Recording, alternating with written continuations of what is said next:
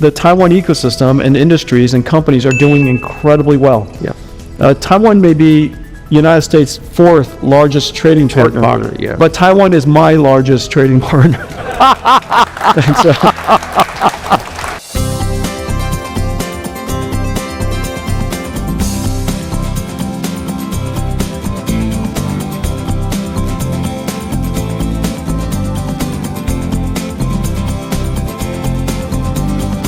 I want to thank you and Wistron, our partner and friend for over 2 decades. Yep.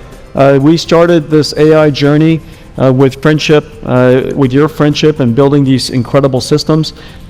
Because of AI's build out, the largest infrastructure build out in human history, the Taiwan ecosystem and industries and companies are doing incredibly well. Yeah. Taiwan may be United States' fourth largest trading partner, yeah. but Taiwan is my largest trading partner. And so, as the largest company in the world, Taiwan is my largest trading partner, and also my very first meeting with President Trump, he told me in his administration he would like to reindustrialize the United States. Yes. Yes. He would like to expand the manufacturing capacity and to increase jobs in the United States, to reshore the supply chain, Yeah. so that we have a resilient supply chain. Without the partnership of Taiwan, without the partnership of TSMC and Wistron, we wouldn't be able to do what we are doing today. So for that, I'm incredibly grateful.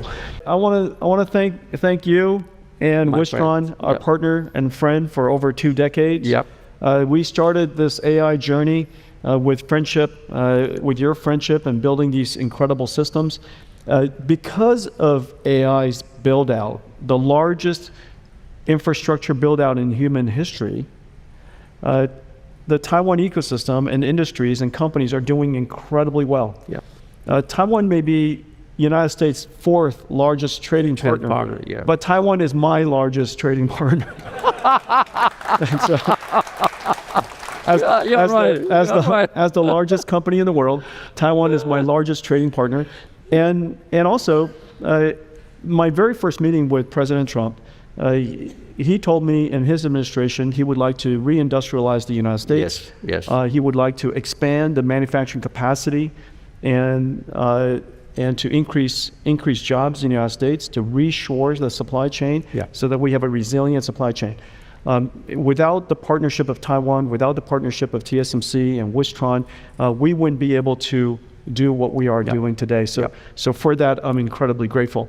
Manufacturing is an essential pillar for every economy and every country. Yeah. And manufacturing jobs, as you know, in the United States in the last couple of years has now practically increased several million people. Yeah. Building chip plants, packaging plants, computer system plants like this, and of course AI data centers and AI factories all over the United States is allowed the United States to really reindustrialize the United States for the first time in a long time. Yes. It's creating jobs in plumbing, construction, manufacturing, of course, and electricians, and so many different types of jobs here in the United States. And in fact, we have so few ourselves that you've imported many from Taiwan to help us. If you go to Arizona today, Arizona looks like Taipei, because all of the great cuisines of Taipei are now in Arizona. You can see I would not be surprised, ma'am, that Dallas-Fort Worth is going to have some of the best beef noodle soups in all of America. Okay, and so all of you here helping start the manufacturing capability here in the United States, and your partnership and your investment, really valuable to us. And I want to be thankful. Okay. Yeah. So I think that I have some questions to ask Jensen to steal a lot of things from his brand, and then there's the war better. Can we just sit? Yeah. We were safer standing. Just No, anything can happen now. This is okay. Anything can happen. Well, let me start with if we're looking forward for the next 5-10 years, then how do you envision the global AI landscape, evolving. Particularly, we are now talking about the transition from data center to AI factories. What Simon just said is really important to observe. The data centers of the past were called data centers because they store pre-recorded information. We would take pictures, we would take videos, we would type down stories, we'd describe the news, and we would store it in data center files. And then when somebody calls upon it on a phone, it would retrieve the information and present it to you on a phone. And so that retrieval-based computing model is now being replaced by a generative model where we generate intelligence based on your question. So instead of doing search, we now just ask it a question, and it would go off and do the search. It would read the stories. It would reason about what best way to present the answer to you. Maybe it even writes a story, generates an image, creates a table, right? And answers you according to what is the nature of your question. And so it applies intelligence. That intelligence has to be processed mathematically in a neural network in a machine that's back there. That's the GB300, the most powerful AI supercomputer in the world. It has 1.5 million parts inside. These robots have to assemble 1.5 million parts. It's 2 tons, $4 million, and we're producing them, like phones, and right here in Wistron. And so we crank it out in volume because the world needs all of these machines to drive the intelligence infrastructure. AI is highly misunderstood. People see AI, the user interface of AI, of course, is the chatbot, the web browser, that website. However, inside, it's important to realize AI is actually a whole new industry. AI is incredibly important to the energy industry. Look at all of the energy stocks. Look at the energy companies. They're all doing incredibly well. This is the first time in human history where we could invest in sustainable energy without contribution from the government, without subsidies, because the market dynamic itself would invest in sustainable energy. We can upgrade the power grid. All of that possible because of the market above has the incredible capacity to fund it. So the energy level is being reinvented. The chip industry, of course, as you know, we don't have nearly enough chips in this future of generative computing. Retrieval computing, it was about the right size, growing about 25% per year. All of a sudden, we need supercomputers between you and the file that's in the data center. And so the amount of chips that we need probably increased by 10 times. That's the next layer. The layer above that is infrastructures, data centers. This is the new factory. This is the new factory of the future. And these factories, the modern versions of them are incredibly energy efficient. It's sustainable. It barely uses as much water as a swimming pool. All of the water is recirculated through passive energy and thermal cooling systems.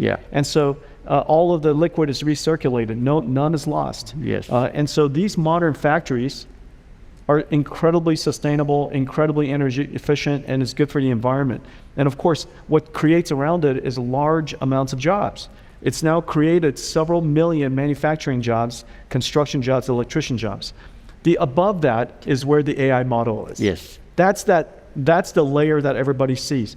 But the most important layer, ultimately, is how the AI technology, the AI models are diffused into all of the industries, right? Healthcare and transportation and manufacturing and finances and health, education and scientific research. All of the different diffusion of the technology into the industries. That's ultimately where the big win is. And so AI is every aspect of that, and we're in the middle of transforming it all. So when you talk about token, actually AI factory manufacture tokens. Now token become a huge industry already. people, spend money to use, hundreds of thousands of tokens, and they really enjoy that, right? My second question is, when we move into... And it's so strange. We say tokens has value, and most people have a hard time understanding that. The tokens, so you know, what comes out of that machine is trillions and trillions of tokens. Yeah. And these are numbers. We call them tokens, but they're basically numbers. These numbers become words. It becomes poetry. Yeah. It becomes answer to your questions. Yes. It becomes an image, songs. It could, right? Whatever you want it to be. Yeah. And so it's generating all of this content. Yes. It's not illogical that tokens have value. And in fact, humanity is largely token driven today. When you watch Netflix, every one of those pixels came from a token. Yeah, that number, we paid, this weekend I paid $24.99 for a movie. And I don't know how that translates to, a few billion tokens. Yeah. And I enjoyed it. Yeah. Okay. So humanity is largely driven by tokens today. And now we have tokens that are not movies. We have tokens that's intelligence. Yeah, okay. Very simple idea. Yeah.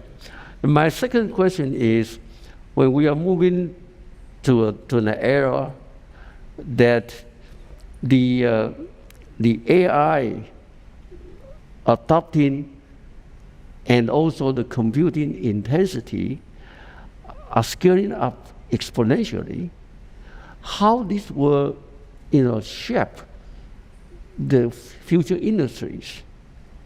Well, every single company will be a technology company in the future. Yeah. So today, a law firm is low CapEx. Mm-hmm. The only energy they need is coffee and hamburgers, right? And so they use calories to translate into intelligence. In the future, it will be a higher CapEx industry. Yeah, okay. And I just give you an example of a very small industry, legal. Yeah.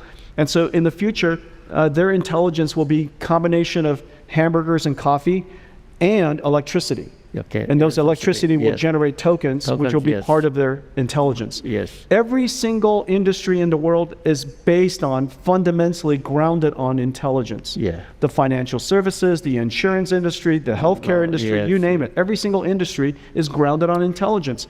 That intelligence can no longer be produced by cows and grass alone. Okay? Cow and corn.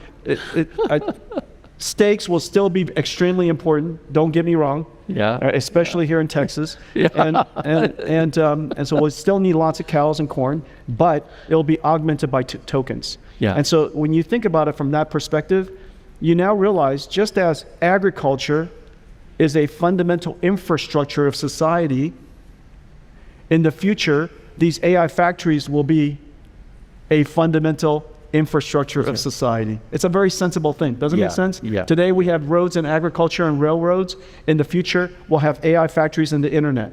Electricity comes in, it's get manufactured and the tokens get generated in the factories, and when it gets sent out, it comes out on the internet. Just like we have railroads bring, whatever food for the cattle. The cattle produces, steaks, and the steaks get shipped out on the roads. It's the exact same idea. Yeah. And so this is going to be a whole new layer of society. Yeah. It will be applied to every single industry. It will be a new layer of CapEx. Yes. It's a new layer of CapEx. It's a new layer of industry. Okay. And this layer of industry, this layer of CapEx is probably trillions of dollars. Yeah, so actually it impacts almost all the industry. Every single industry. In the future.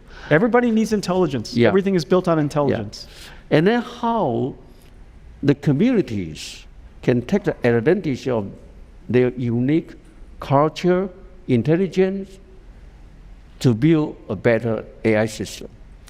Everybody should use, every company, every society, every country should use off-the-shelf intelligence whenever they can. Okay. Whenever you can, watch a Hollywood movie. We need it. That's right. So whenever you can, off-the-shelf movies, off-the-shelf intelligence, off-the-shelf music. Mm-hmm. But whenever you must or you desire, create your own. Yes. No country can outsource its intelligence. Good. No company can outsource all of its intelligence. And also culture. No society can outsource its culture. Yes. You cannot take your culture, your intelligence of your country, your company, yourself, and think that you can outsource all of it. You want to import as much intelligence as possible. You want to import as much culture as possible. You want to import as much, right, knowledge as you can.